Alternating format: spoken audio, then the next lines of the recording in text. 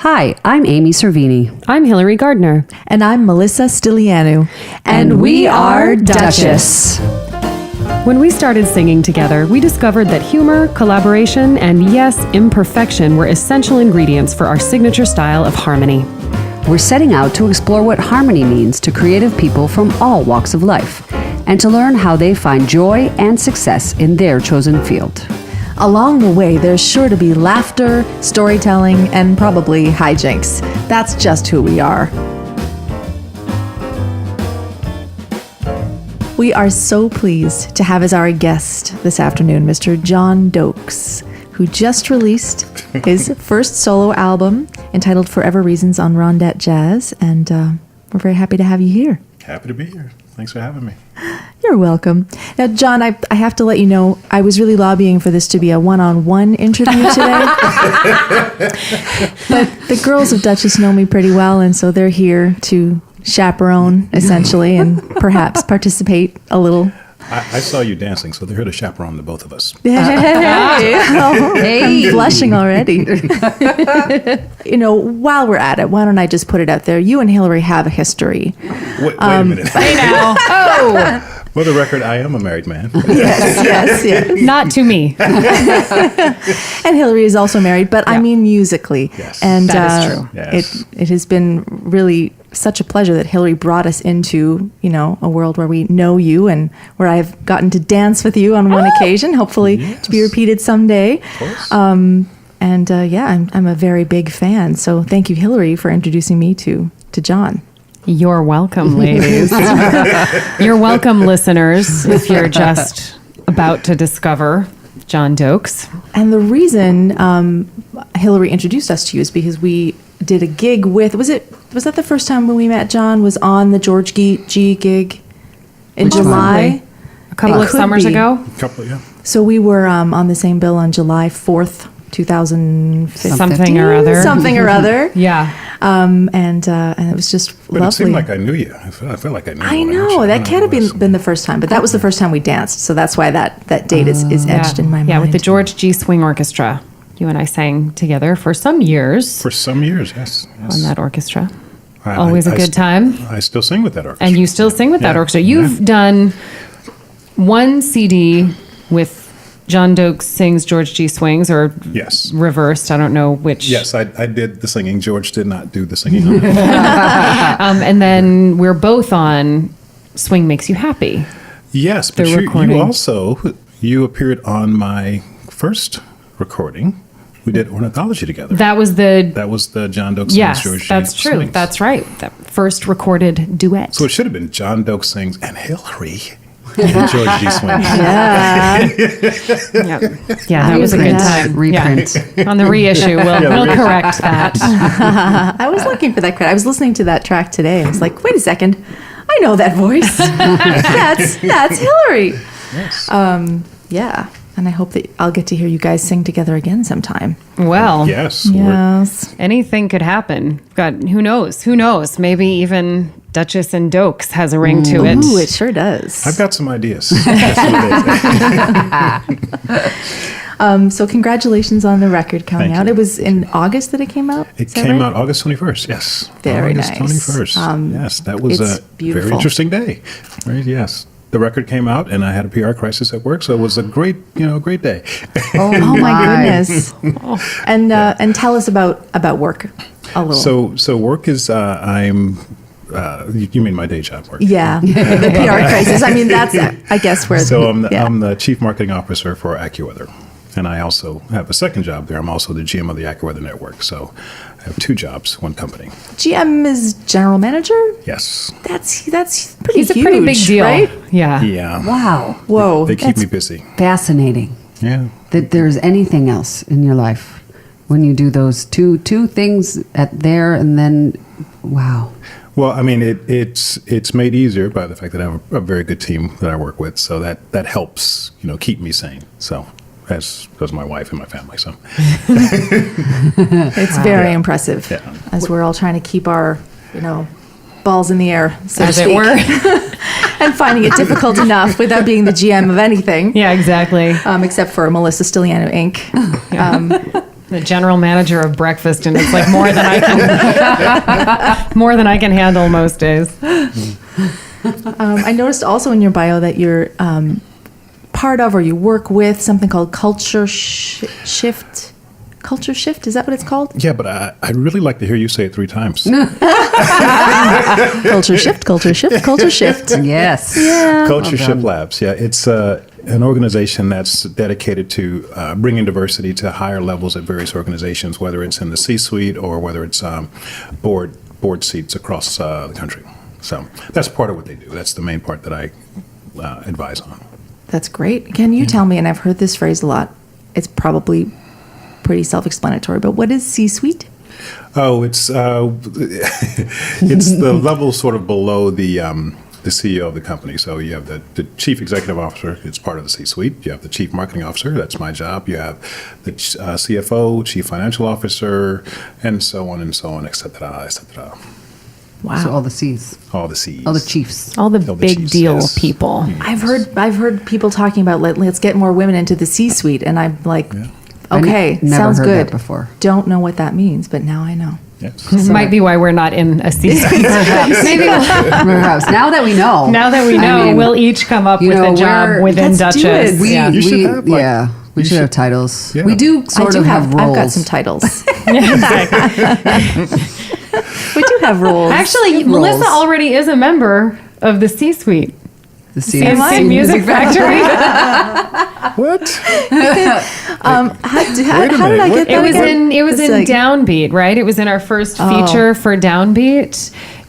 We were joking with the interviewer about how Melissa always is pulling something out of her person, her dress, something to surprise us. Maybe it's a kazoo, maybe it's a train whistle, like who knows, our harmonica. And in the interview, she said, well, I've got lots of curves and crevices. And henceforth, she has been known to Duchess as the CNC Music Factory. Nice. Yeah. I've just kind of momentarily forgot that it was one of those, recorded interviews be where in print, anything you say could be in print. So, I'm a little more careful now. Not at all. Oh my gosh, that was so 90s. Speaking of the 90s, actually. Oh. Wait a minute. Was I even born then? What are you? Well, perhaps you were just a very precocious young comic book writer. But I discovered, and I actually had to double check to see what Marvel Comics did, because I get Marvel and DC and all the characters. Marvel? Is that like Marvel? What? You don't say it like that. See? Marvel. I think it's Marvel.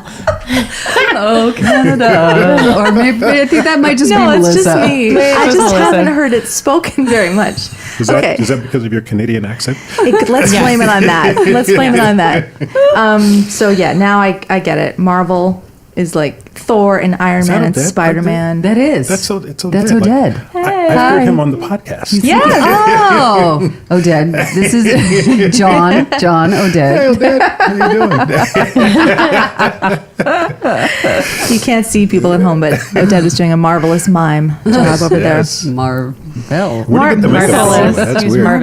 Marvel. See that Marvel? You're just too marvelous. Too marvelous for words.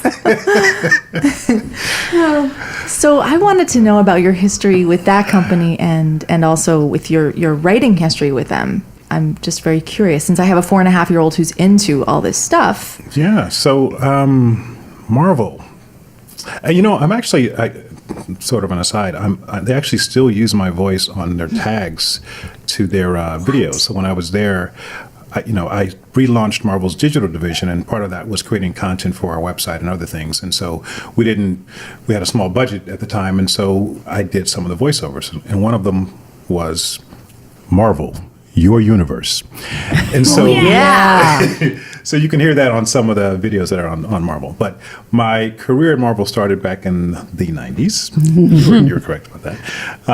And I actually moved out here from California, and I was seeing someone who was going to school in Connecticut, and I was like, okay, if I'm going to move, where do I want to work? And it was like Marvel. And so I got an interview, and when I got the interview, I called my fraternity brother, and I said, I'm coming to New York moved in with him. Took me 6 months to get the job, but I eventually got the job, and then I ended up working for Marvel for 5 years the first time, and then 8 years the second time. And so while I was there, I was in charge of marketing for publishing. I worked international. When I went back, I again did marketing for publishing, but also ran digital, and then I ran ad sales and did other various things. So it was a lot.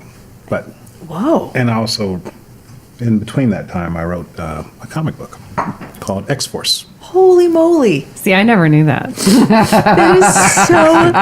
What does that? Wrote a comic book. So does that mean that you came up with characters or you used existing characters?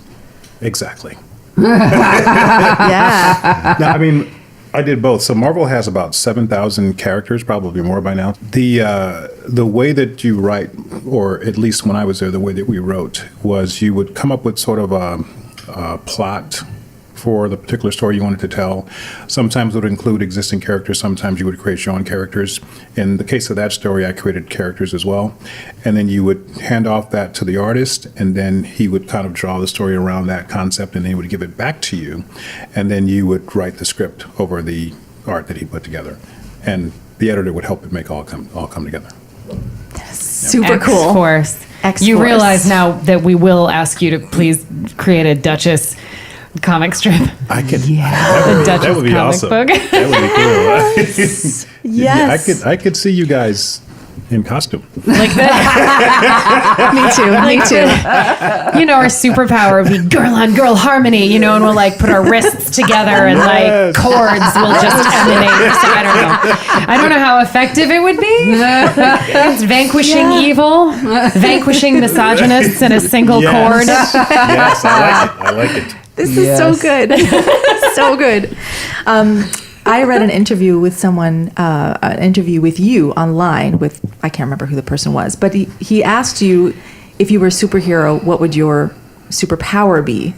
And you said, I am Listening. listening. Yes. And I had to read it a Yes. couple times before I got it because I'm a little slow these days, but I thought that was really cool. Is that still your superpower? Yeah, I think it sort of crosses over to sort of both the things that I do in my life. I mean, a lot of what I do at work is obviously trying to find solutions to help drive our business forward. And so that requires understanding the market, listening, understanding sort of what's going on in our company, understanding our goals, and also trying to figure out ways to build consensus with the teams and the various competing interests, both inside and outside the company. And so you have to figure out, what people's goals are, what people want, and you have to listen and in order to actually impart what you can do to move things forward onto the situation. You could just sort of talk and try to move your things forward by yourself, but if you do it that way, then you're not going to get very far, in my opinion. Agreed. Fair enough. Yes.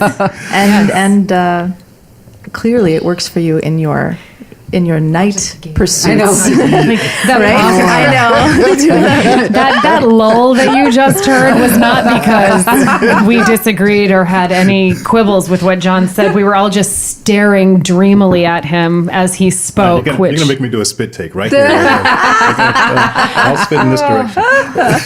Get it together, Duchess. Yes, and I enjoy listening as well when you sing and watching when you dance and watching when you sing and dance, which is something I wanted to talk to you about. I really think that the comic book thing is super cool, but I'm very excited to have you here because I am really inspired by you as a singer, By the way, on the performer. comic book thing, Yeah. I think I created the first, what's the word for it? The character was called Mind Meld, and it was a character where you couldn't figure out what the sex of the character was. Oh, androgynous? Androgynous, yeah. It wasn't coming to my mind. But like I was looking at all of our 7,000 characters, and I was like, what hasn't been done? And like that had not been done. And so I was like, you know what? I'm going to be the first guy to do that. So Wow. Hear, hear. Yeah. Wow. I need to go on the internet and look this stuff up. I'm pretty sure it's Yeah. called the interwebs, but okay. Yeah, yeah. I actually read something recently where someone said we have access to the World Wide Web, and I was like, wow, who still uses that? I mean, I know that's what it's called officially, I suppose. But not that many. like- Some Is it? people There- may not even know people that still that's say what that? www stands people for. don't. That's the whole thing. I looked at this. And it was, I don't know, may not have been reputable. Because these days, Yeah. how are you supposed to know what's reputable and what's not? This is a whole. I just stopped reading. That's my solution. I've had situations where people who I respect for their intellect have tried to convince me that we still need to put www before everything, and I'm like, what planet are you on right now? I know. So, Yeah, but I would like to go back to 1996 in some aspects. Like, that was a good year. I mean, for me personally. well, I saw a picture of you in the bleachers, and then looked like you were having a good time there. Was that around Great. Now we have to. 1996? Yes. Well, no, that would have been a little bit earlier earlier. because I graduated in 1995. Are you thinking about Italy? Yeah, and just kind of like, the 90s were fun. Like Clueless had come out. I had Doc Martin, Mary Janes, and wore Yeah. knee socks a lot. And like, Didn't have weren't the on our internet. phones all Belle day. Biv DeVoe was Yes. very Right. big. We're not on our phones all day. Yeah. Yeah. It's very different. Yeah. Belle Biv DeVoe. ABC, BBD. We're going to go on the www and look for Mind Melt. Although, do you have a copy of Actually, the I comic carry book? 15 copies with me everywhere I go. Just in case someone wants a cool. signed copy. Because, I put a lot of work into that Yeah. series. No, I don't. It's got to be out there. It's super cool. X-Force, people look for it. I was starting to speak a little bit about your dancing, which I am a big fan of. I went down a little bit of a John Dokes and Don Hampton rabbit hole. Is it Yes. called a rabbit hole? Yes. Okay, Yes. good. Last night, and I was up way past my bedtime, watching the two of you dance, and then also watching Dawn address people at various workshops and just talk about feeling the music. And I know that Dawn, who passed away last year, is that right? Was you were very close. So I wanted to Yes. ask you to talk a bit about Dawn, and Hillary has experience with Dawn too. Yeah, so it sort of ties into how I started singing. I grew up dancing all my life, and so I was, at one point I was like, I don't want to be the old guy at the club. So I was like, what can I do? I want to keep dancing, and so I started swing dancing because everybody was older than me, and so so far I'm not the old guy at the club, but I'm going to try to keep dancing until I am. And then while I was doing that, Dawn and I became fairly close, and we started dancing together a lot. And one day she heard me singing while we were dancing, and she said, "You should sing with the band." And I was like, okay, well, I kind of, I've always kind of done it in my shower. And so singing. Not swing dancing. Where were we? Yeah. Not swing dancing. Not swing dancing. Not swing Right. dancing. Gosh, I just distracted myself just now. I surprised her for her birthday and sang with George's band at Irving Plaza. I sang 2 songs, Fly Me to the Moon and You Leave Me Breathless. And Which you recorded on your album, I no? recorded Yeah. You Leave Me Breathless. Yes, Yeah. I did. Yes, Yeah. yes. Yeah. That was one of the first songs I learned. Yeah. And so after that, sort of the band started asking me to just sing with them periodically, and then it became a regular thing around 2005. And then, in between that time, I started to, take lessons and learn how to improve what I was doing. And, when I first started, I'll get back to Dawn in a second, but when I first started singing, I didn't really know what to do. And so I was like, okay, I'm going to take this one song and I'm going to go to every karaoke bar in the city and sing this one song, Fly Me to the Moon. And because I didn't want to sing the same song in front of the same crowd, because that would be weird. And then I realized karaoke was not the fun experience that I thought it was when I first started singing. And so I switched to open mics, and then I went around and added a few other songs because I also realized at one point the musicians didn't want to keep playing Fly Me to the Moon. And but again, I was taking lessons at the same time that I was doing all this, and then, and I continued to do that occasionally. So, and that's kind of how I got into singing. Now, Dawn. Mm-hmm. So she, it's amazing. She is her legacy is still there. So it's hard to say. The light was is for on. her. Musically,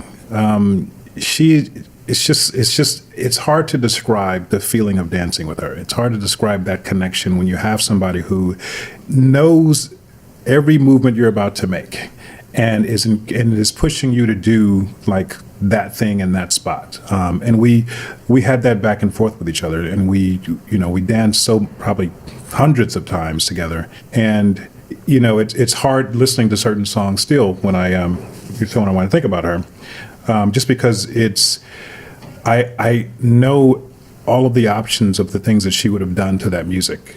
Even, the solos, like she would have, some of the musicians, who were doing solos, she would know what they were going to do before they would do it. And she would just be ready to hit that boom. And I was like, and we would literally be there dancing with each other and literally laughing at the accomplishments that we did to the music. Like she would know what I did, I would know what she did, and we would just be like, you got it. And like, you got it. Like, and it was great. Watching the two of you dance and seeing that happen, watching, not just a swing dance routine. And I've seen a few people do it live, and of course, on some of the gigs when we've sung and people are dancing, it's pretty impressive. But nowhere have I seen two people really playing the music with their bodies, and especially the subtle stuff that Don does is so incredible. And the two of you, playing people's solos as they're being created. And sometimes the band, it's not like the band is, perhaps in some ways, maybe some soloists are inspired by what you're doing. It kind of, there can be some working together. Definitely. But sometimes, there's some footage I've seen where you're not even near where the band is, and yet it's this amazing ESP that's happening. So that connection that she had with the music is coming out, and it's not just this virtuosic thing, but this really deep, compelling, almost like interpretive way that she's dealing with the music. And I see you doing that too. It's really a much different thing than dancing with someone or watching someone dance, where you're like, oh man, that's a lot of chops. It's like a very different thing. And I learned what she appreciated, because she was very particular about music, and she loved, when we did our solos, Michael Hashim playing sax. I learned who made her move in a way that she liked and appreciated, and I learned sort of what to look for in musicians who I wanted to spend time with. So it was just great. I was just learning so much in so many ways about life and about the music and the experience. It was wonderful. It seems to me like we answered our harmony question with that without even thinking about it. We like to talk to our guests about harmony and what it means to them, and what you said just sort of is the most beautiful kind of form of harmony, where you don't even know it's happening, and there's no practice, just time, and a certain connection that you can't pay for. Yeah. And being present. Being present. Yeah. Being present is certainly key. Fitting into that moment, it to me is really, what I think about, when I think about harmony. Yeah. I don't harmonize on the level that you guys harmonize. It's awesome. But I also have to think about the harmony between my two different worlds. There's obviously there's a lot going on. Yeah. So, and there's ebbs and flows to each situation in terms of the amount of activity and attention that I need to bring to it. And there are times when I need to rely more on my team, rely on more on the band and what's happening around there. And there's also this sort of, there was at one point before this thing called the Googles. Have you heard of the Googles? Mr. Google. The Google machine. So I would, I would try to hide it and be like, I'm going this way and I'll see you guys later. But, Google came out and I started to... Cover was blown. Cover was blown. That happened. The internet happened. Yes. Yeah, it ruined things for a lot of us. And I would, I started bringing clients to the gig. And then I started closing more deals. And then I realized it was sort of a part of who I am, and I didn't need to sort of hide it or make it be this own thing. It's all a package. Yeah. Have you found that your experience in the boardroom, as it were, has a positive or any effect on the way that you handle your music career? In terms of booking things or hiring people or time management, any of these things that I find extremely challenging. And a lot of us have to learn that on the fly, and you come armed with some pretty amazing skills. Well, I think the biggest thing I think is dealing with people, because there's a lot of different personalities, in every situation. And there are certain things that happen with, various band members, band leaders, where people who haven't been through what I've been through from a corporate standpoint might react in extremely, in the extreme on. And to me, it's just sort of a part of the ebb and flow of sort of the evolution of that particular thing. And so when I think about a situation, I sort of refocus on the long term, and figure out, okay, what are the options here? How can I manage through this particular situation? And then how can I set us up as a unit to be in a better position for what we're going to do long term together? So. Yeah, I don't do that. That's all very impressive, Mr.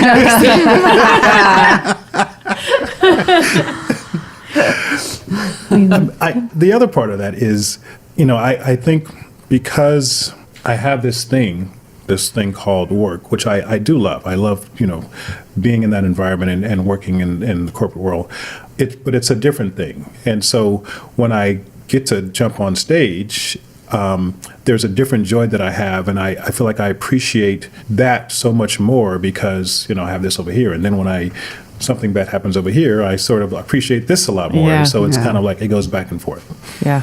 It's nice. It kind of takes the pressure off each one in a certain way. Yes. Yeah. By the way, I was doing hand movements just now. So you missed that. Yes. Yes, it worked very well. I noticed also in my Googling you last night that it seems like you wrote a paper on that very thing, on the work-life balance, that I wondered if maybe you had a copy in your bag for me. You went way back. I went pretty far back. It's called Choose to Make Time for Joy, Growth, and Rest. And that just sounds really good to me. Yes. So That's I really would good like advice. a copy, please. Yes. Rest is out of everything, that's probably the most difficult part, especially when I think about, the hours that most musicians spend, doing sort of not only performing, but the after performing, because, a lot of times that is as important in some situations, especially if you're trying to grow your network and grow the people that you want to spend time with, and the people that spend time with people you respect and learn from them. You can't just learn it by watching them. You have to spend some time talking to them after the gig. And that sometimes is the hard part when you're trying to wake up the next morning and actually, go do your thing. So, but it's important to get rest. Yes. You need to be rested so you can dance like that. I have very few other questions, but I just wanted to know what it feels like to be kind of a superhero. I think of you as a bit of a superhero in that you walk around in the world with the knowledge that you could grab the hand of anybody in New York City, depending on the situation, and just you could dance with anyone and make them. There might be a few feel the laws music against being. But there could be, but I just think like having danced with you the one time, and it looms large in my memory. I just knew that you were, just that kind of dancer, that kind of leader who could make anyone feel the music, make anyone feel like they're an incredible dancer, and and with all this casual. This casual charm that like, when we've been watching some old movies lately, Duchess and our friend Kat Edmondson, who is herself a wonderful dancer. Mm-hmm. We were watching. She just started tap dancing, apparently. Yes. I've been listening. That's right. So we got together, the four of us, and watched. The Sky's the Limit. The Sky's the Limit. Fred Astaire. And he was later in his career, and we were just all in awe of Fred Astaire, and that. One of the things I love about him is that you don't see the wheels turning. It's all just so, it seems so natural, and yet it's astounding. And it's so subtle. Yeah. He doesn't look like he's doing anything really, which also, that was what always struck me about Dawn, especially as Dawn. I sang with John and with George's band for, I don't know, around 6 years or something. And Dawn, when she passed away, was in her late 80s. So, I got to see her, a little bit later in her life, but even as her sort of dexterity or some of the mobility, the larger dramatic movements were reduced somewhat. She could get more done with an eyebrow musically, and it was so subtle, but it was so much more effective than the people doing the big throws or the jumps. I mean, it was just and that's what we were noticing, I think, with Fred Astaire also, just these little things that he would do, but it changed everything, the slightest movement. And you do that too, John. Wow. Thank you. To, I think, your question. Yeah, what does it feel like to be you? Kind of was my question, I guess. So what's it like? Damn handsome. Responsibility. That's the word that comes to mind when I think of dancing a little bit, partner dancing. Because when you're dancing with someone, you have to, first and foremost, protect them. Because there's a lot of things happening on the dance floor. And you don't know the skill level of that particular person. You don't know if they're going to try to do something that is sort of, in the moment, feels great to them, but actually puts them in harm's way. And so as a leader, you have to sort of make sure that you're thinking about those things while you're also thinking about the music and making sure that they have a good experience during that 3 to 5 minutes. So does that answer your question? Yeah, that's something I didn't even think about, but I laughed because that would be me, like, doing something crazy, I'm sure. Like, yes, I want to do this kick or whatever. And, you know, I don't see the person right behind, you know. Yeah. It's that's an element I hadn't in New York, thought about. the dance floors are quite tight, so you have to make sure that you. Real estate is always at a premium, Yes. even on a dance floor. Yeah. Well, it must feel pretty great. I would love to be able to be a leader as a dancer, like to lead someone. I just can't yet. Yet. I'll say yet. Yeah. Yeah. I want to get both these ladies on the dance floor. I've danced with you at Yes, shows. we have. Sometimes on I've stage danced we with do a Hillary little. as well. I was going to ask about that. Yeah. That's what I was. It has happened. So our little whispering over here was, I was like, really? Did he make you feel like you could dance, Hillary? Because- Well, listen, I never feel like I can dance. Yeah. I'm terrible. No, she's but not terrible. She Don't is believe not. that pretty either. terrible. She's not. But John Dokes is the most generous performer and the most generous partner dancer, because no matter what pathetic, sad thing my feet may do, he finds a way to make it seem as though it were preordained and exactly the right thing. I mean, Yes. it's really amazing. And I remember watching, the thing that always really struck me too, watching you dance with Dawn, as much as I was lucky enough to be able to do, was seeing exactly what you were discussing about being protective, because at Swing 46, the dance floor is not huge, and you have this wonderful cross section of people of all ages and of all dance levels, and you know, some of those people really knew what they were doing, and some of the people on the dance floor really didn't, and it could be a little perilous, a little touch and go, and particularly, you know, as Dawn got older, you know, you were always conscious of like, what drunk goofball is going to plow into somebody. And because I know you, I could always see that you were mindful of that. It never looked like you were running interference or anything, but I never worried about her when she was dancing with you. I always worried about her if she was dancing with anybody else. Yes. And with this new record, you're singing with a smaller ensemble, some of the same people, but definitely a lot of the same swaggering swing, if I don't alliterate too much. There's no such thing as too much alliteration. I was listening to you leave me breathless kind of over and over until my phone died today. I'm really digging the new record. Yeah, that was one of the, like I mentioned, that was one of the first songs I learned. And so I was, you know, when I was thinking about what to put on the CD, yes, as I feel like I think about Nonstop, that sort of popped into my brain, and I actually forgot that it was one of the early songs that I learned, because I feel like I rediscovered it somehow as a different artist than I was when I first started singing. And so I was like, hey, let me do this tune, and you know, the arrangement that Steve put together, Steve Anderson, just sort of made me feel like it was a combination of, like, you know, what I was doing before, but also it had like a Charlie Brown influence to it, and I was like, oh, this is cool. Like, you know, And such a great dance tempo, I think.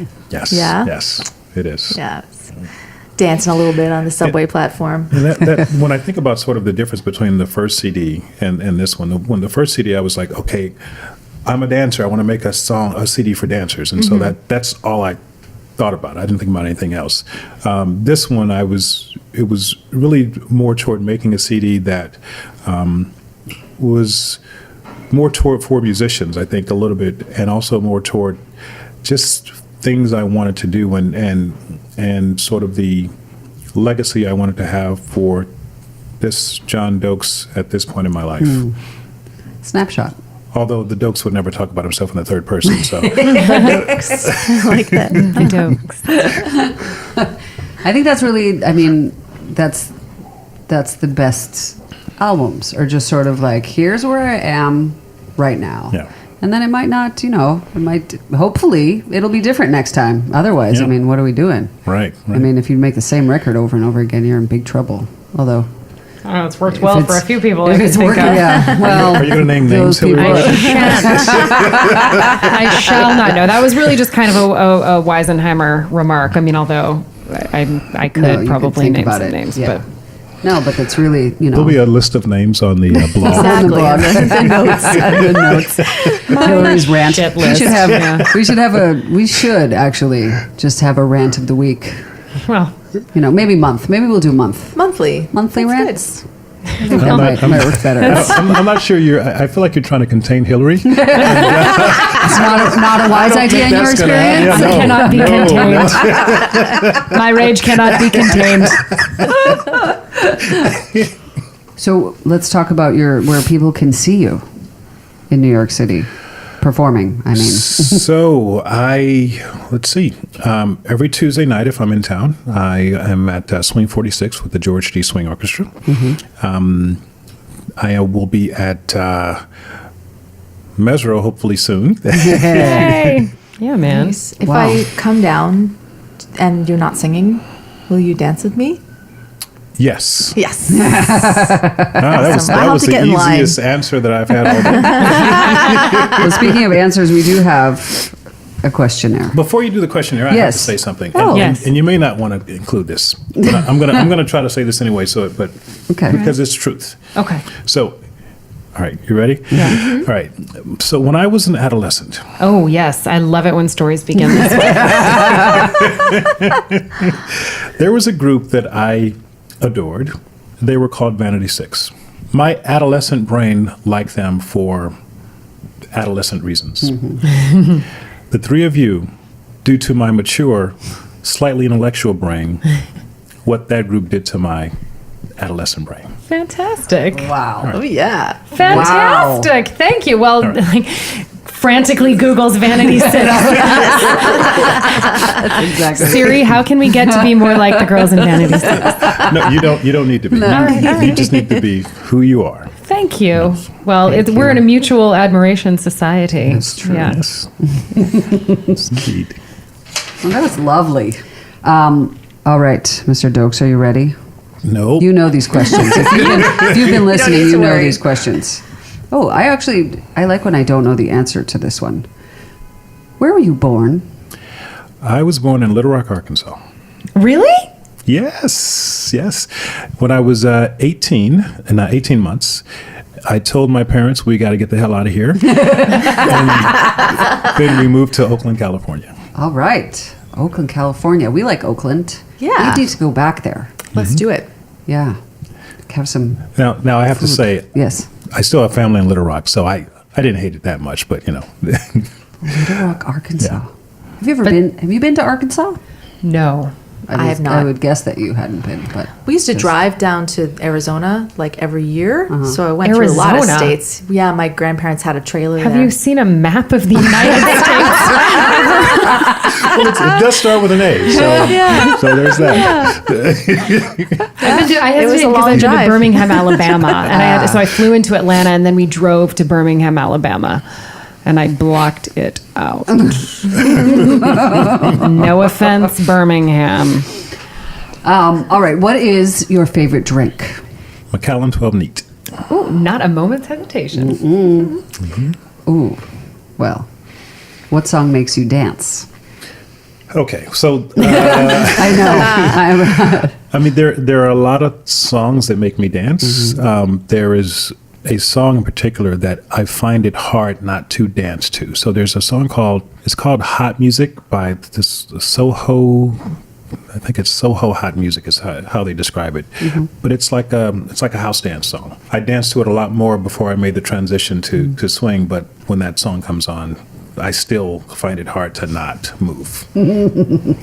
All right. We might have to test that out. Get your Google machine. I know. It's not Noted. nearby. Soho hot music. So Yes.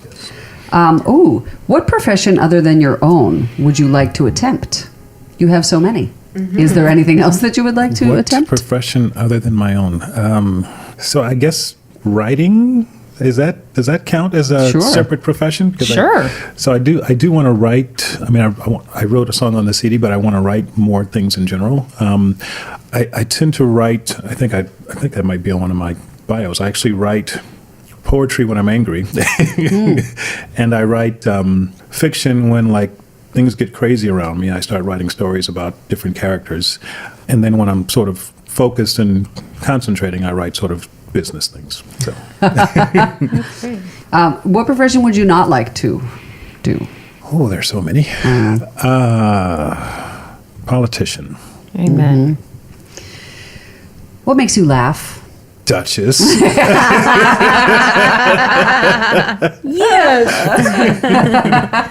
And what makes you cry? Oh, gosh. A few things. So I guess I have to think again about things that usually make me cry. So the end of Cyrano de Bergerac, the Basil Rathbone version, black and white, I always cry at the end of that. I don't know why. I mean, I know why, but it's for some reason I still watch it again, even though it makes Right. me I've never cry. seen it. I've never that seen should be it our either. next Yeah. our next old movie night. yeah. And then families reuniting, whether it's like soldiers coming home or whatever Oh, it is. God. Like, Yeah. I have to turn it off because I'm like, Totally. Yeah. yeah. Yeah. What is your favorite place in the world? Now, and I don't mean just now. I mean just when I'm in that moment, when I am in the present. That as a place for me is the best. Yeah. No one's ever said that No one's ever said that. in the history of Harmony and Hijinks with Duchess. Is Just- John Dokes our first male guest also? Oh, yeah. You are. Are we sure? Yep. Yeah. Yeah. You are. Wow. That is for sure. Yes, Oded doesn't count. No, he doesn't. He's kind of one of us. Yeah. He's the fourth Duchess. Yeah. Navas. Yeah. Wow. So it's a day of firsts. It is. I do have one final question, Uh-oh. but I have to ask it from over here. Okay, all right. There's movement. There's There's movement movement. taking place. All right. We have Melissa people standing has up. hatched a plan. All right. John. Don't worry. Okay. It's going to be All right. it's going to be zany. Well, we gotta hook it up with the. Oh, wait, I can help you. I was wondering if you would Technology. dance with me. That's the. I would love to dance with you. Oh, what a good sport.